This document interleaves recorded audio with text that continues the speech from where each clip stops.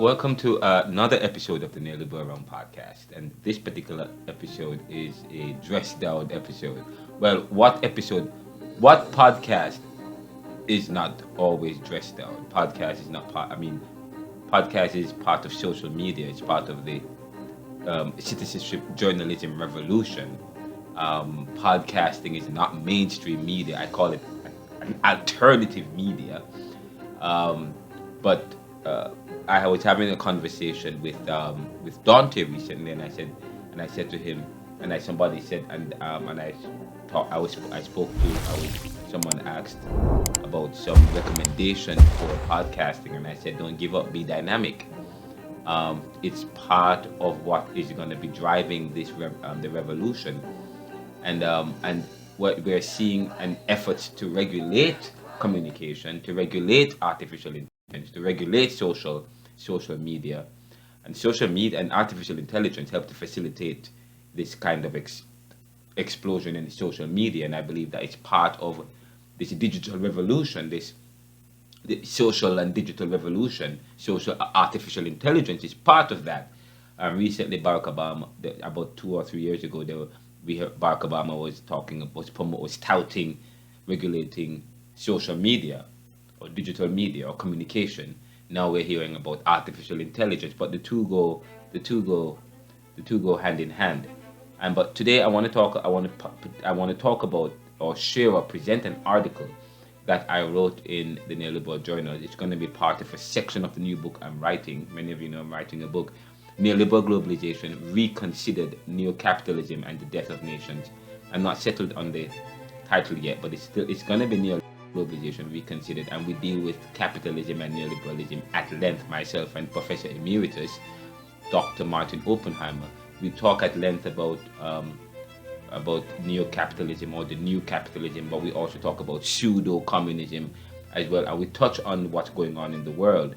And we've been working on this book for a while now, but we talk about the issue. Communication is part of the whole neoliberal globalization narrative or the conversation that we are having in the book. We also speak about the issue of what will upend violence, the violence that has that has created income inequality, the violence of poverty, discrimination. What will end that kind of violence? And we talk about the issue social media, but there's also this digital divide while there is a move to regulate information. But I want to share with you a particular article today. And the reason why I decided to I wrote it a long time ago. It's part of the book. It was published in the Neoliberal Journals at the Neoliberal Corporation, the neoliberal.com, many weeks ago. But I decided not to promote it. It was published, but it wasn't promoted.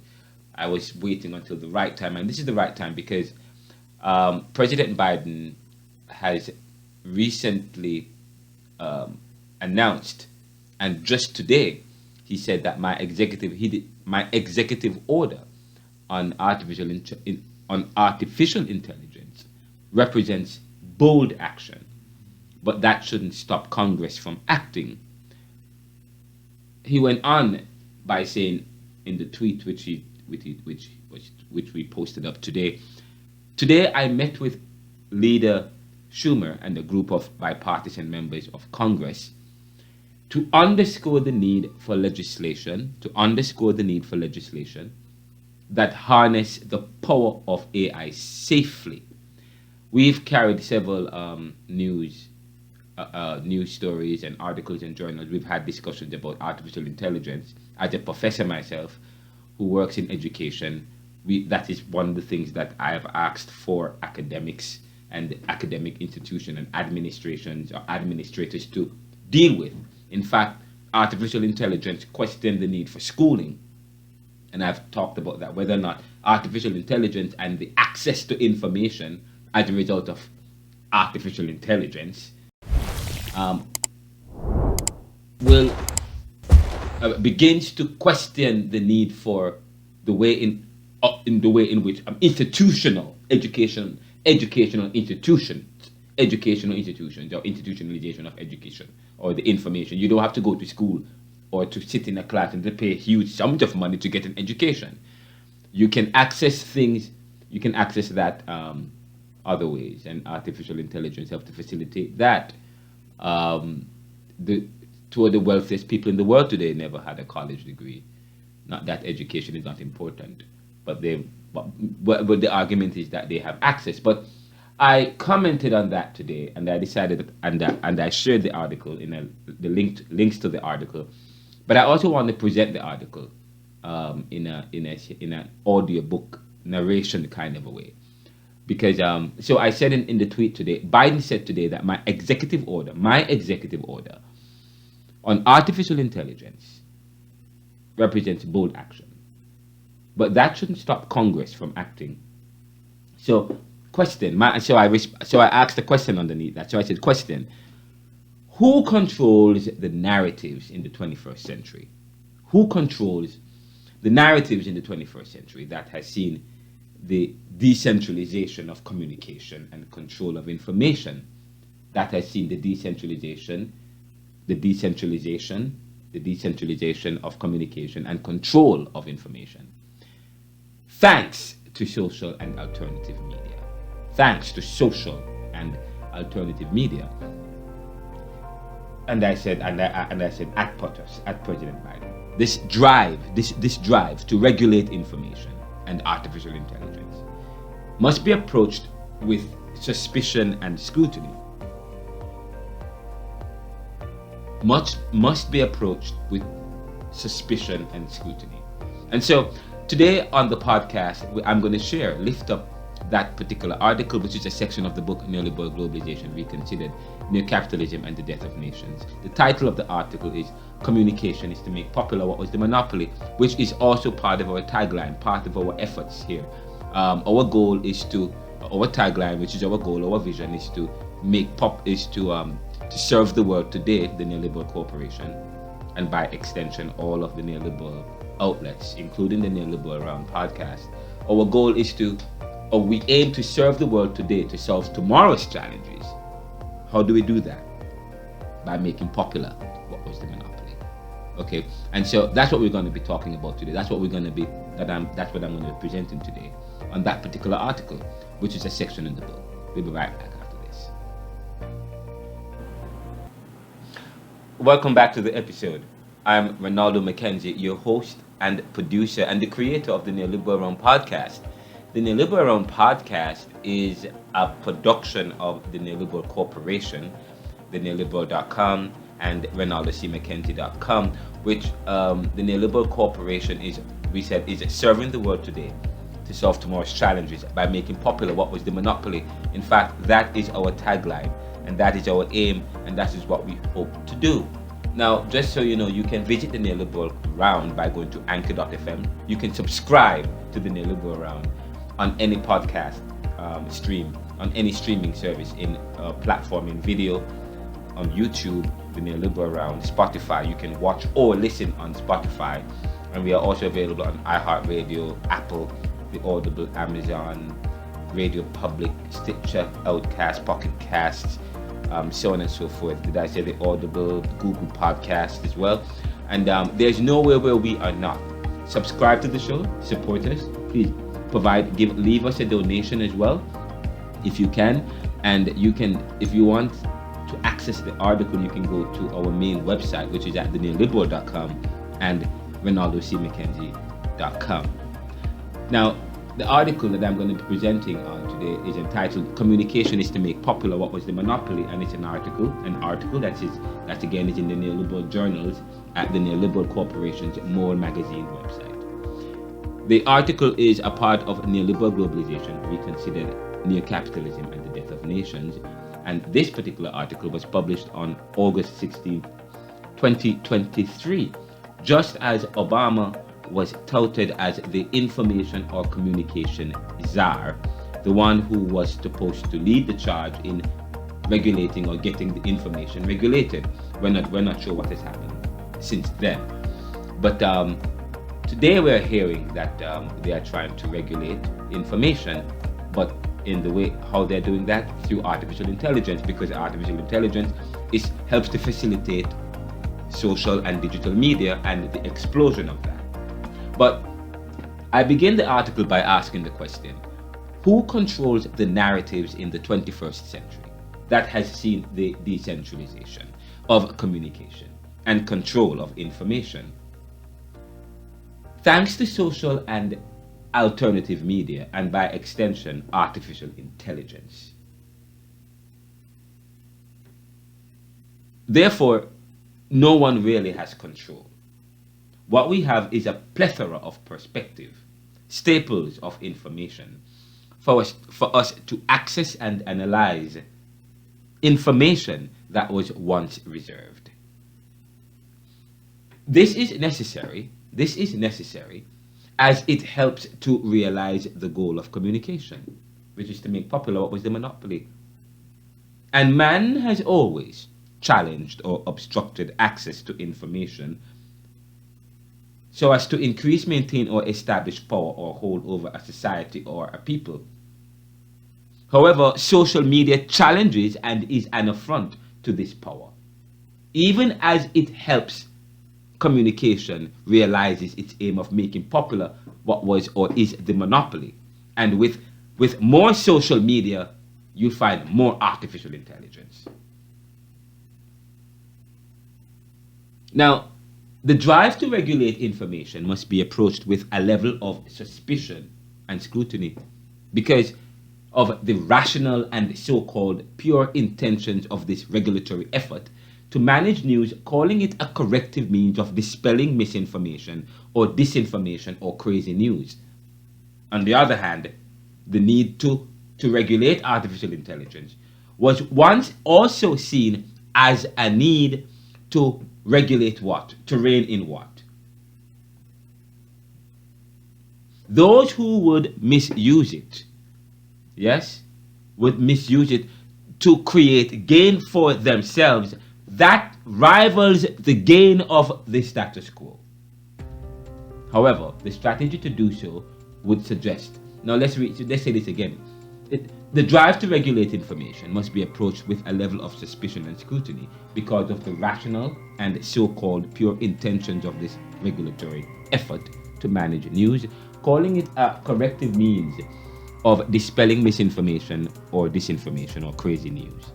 However, the strategy to do so would suggest that Americans aren't individuals with brains who can filter and analyze information and make decisions for themselves based on the news that they have received or based on external stimuli. The problem is that news have become a political and divisive issue, and the fact that social media helps to decentralize control of information, thereby providing greater access and several more diverse perspectives of the news, means that no one or two groups can control. Further, if you have money, then you can control the narrative. And when you look at elections and politics in America, one cannot rely on major news outlets or sources as their news is riddled in political ideology and the spin of the news that satisfy their big money backers. For example, Fox, CNN, and MSNBC are prime examples of news outlets that are not innocent of the crime of monopolizing the news for its cronies so as to extend their support or their supporters' control or to create, establish, or maintain power or a political dynamic. So social media poses problems for these major news outlets and their money backers. Not just social media, artificial intelligence and social media. The monies they will lose due to the competition and the political fallout. Yet CNN in August was carrying a story about Obama's work to regulate social media so as to preserve the integrity of news when that has never been the case given how divided major news is today. In fact, and if truth be told,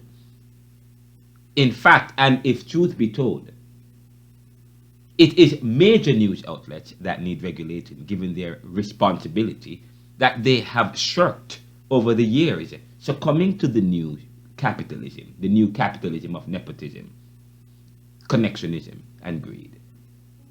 News was reserved for a few, and what is happening now is a response and reaction to what news has become, and what artificial intelligence and the chat GPT, what that means for mainstream businesses today. It is decentralizing certain technology has decentralized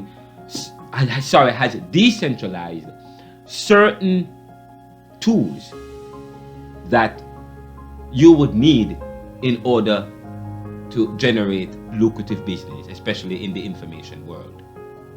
Information is big business, and if you control the narrative, but now with artificial intelligence and social media, it limits the control, it widens the competition, it affects the bottom line. Social media is a direct response and reaction to the control and corruption of information, stemming from this divisive and nepotistic news cycle, which was at best divided and political, or may I say information cycle. You have a lot of mama and papa stores that depend heavily on chat GPT and open AI today, because they can hire people to do basic and essential functions that open AI can do. And what I have argued, and many people have argued, like Elon Musk and many smart and effective thinking people, is that we need to rethink some of the things that we have institutionalized, such as information and school and education. Maybe we need to rethink that. With the technology that we have today, we do not need to institutionalize and pay huge sums of money and spend years to get an academic education in order to do whatever we need to do.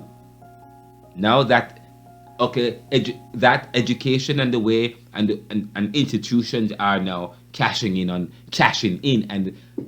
their cashing in is affected by the artificial intelligence.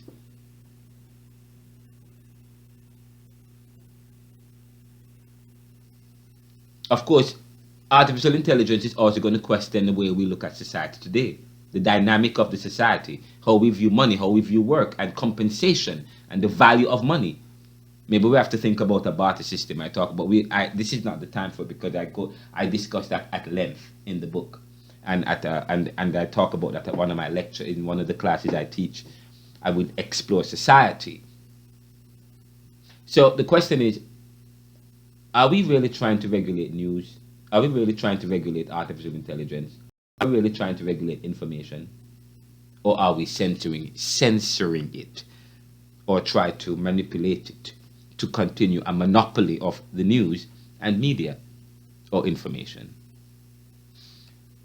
Communication is to make popular what was the monopoly, and mainstream news over the years, or mainstream news is monopoly over the media, and news over the years have waned.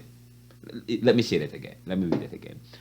If communication is to make popular what was the monopoly, and mainstream news is monopoly over the media, and news have waned over the years with the growth of social media such as Facebook, Twitter, bloggers, podcasts, who now command a huge share of their audience, and of course the artificial intelligence that help to facilitate or help to improve the cosmetics, the aesthetics of independent news journalists and writers and independent citizens journalists.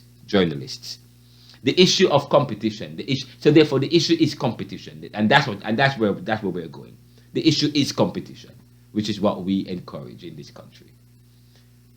But the status quo, who had controlled information and the technology that goes with it, or the news, they are seeking through policy, and the hero of the people. Back then it was Obama, now it's through President. It was Obama then, now probably a couple of months ago, now it's Biden, so as to reposition themselves as the only arbiters of truth. That is perspectival and slanted at best. Their news is perspectival and slanted, in effect re-centralizing control of information and re-monopolizing communication through a soft means, regulation which is not soft, to make it appear as an innocent endeavor. Similarly, Russia is trying to recolonize Ukraine because Russia believes it's losing its hold on the region. This is no different. Those who were leaders of the news, of the news and their technology, are now backing and promoting and supporting a plan and scheme to remonopolize the news and media as their power decreases along with those of their backers. So not only are they regulating the information, but also the technology that goes with it, artificial intelligence. So control of information is becoming more decentralized and not centralized in a few hands, which is advantageous to the maintenance of privilege, power, status, and position in society. The regulations of social media speaks to the control of information, and totalitarian leaders and nations are infamous for controlling certain narratives so as to produce a particular effect, as in Russia and China. But where information is dispersed, it prevents this unilateral hold. However, in America, major news outlets are backing Obama's efforts to re-establish this centralization of the news through the regulation of social media, calling it ways to address disinformation, when the only way to do so is by having an educated mass of people who can utilize their brains to do the work of regulating news that is coming at them. That was what I said in August when this was happening. Was this August of this year or last year? But of course, it didn't stop. Now they're trying to regulate I think it's August of this year. Actually, it has to be August of last year, because we're we're over a year in the Russian war now, and it was right after the war. So it's actually last year, August. But of course, now we're looking at artificial intelligence. But let's follow this story. According to CNN, at the time, Barack Obama hopes to regulate social media that promote disinformation and find ways to address the demand for crazy on the internet that has filled a void as news outlets have diminished. I disagree. Because mainstream and major or local news and outlets and networks are just as crazy and highly divisive, and has allowed for the news to be manipulated and controlled by the power brokers. News is slanted based on the sponsorship's ideological or political position. Indeed, it's a political issue. I have argued that it's a political issue,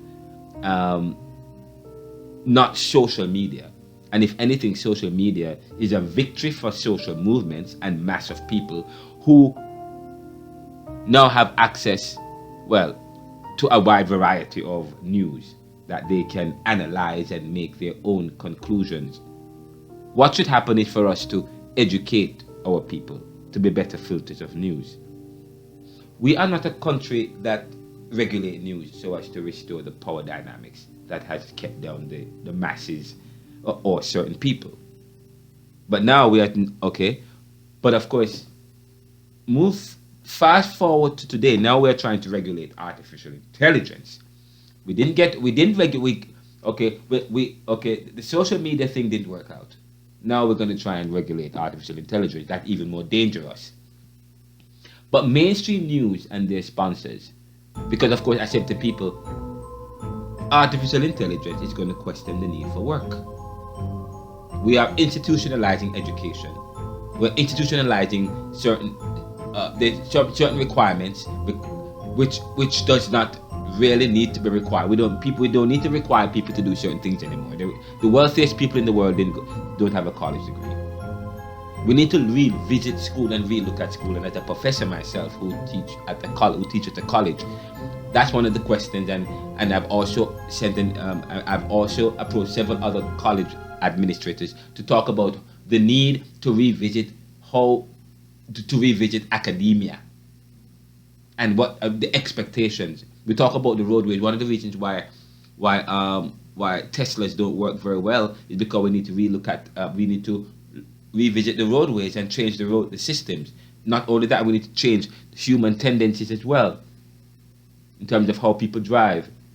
But in terms of the institutionalizing education, we have to change that now. In fact, we have to go back to having apprentices or proteges or mentees, where the older skilled cobblers would take on their apprentice, and by 12, 13 they are learning the ropes. By 16 they can cobbler.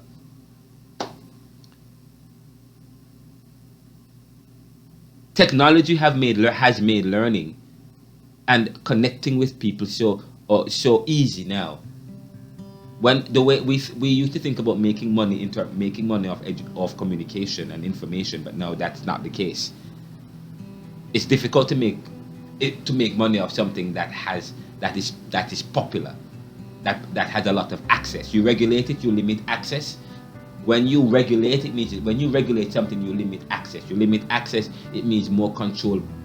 A few people have control over who gets what, where, and you can turn that into money.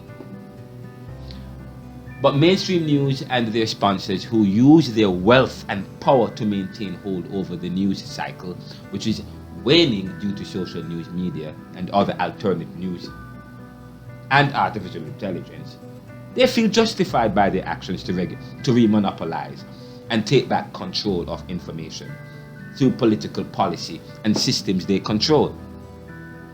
Yet, they defend their regulatory attempts and plans by hurling fake news accusations at social media and the artificial intelligence and social media news outlets and platforms such as BuzzFeed on the Trump dossier issue.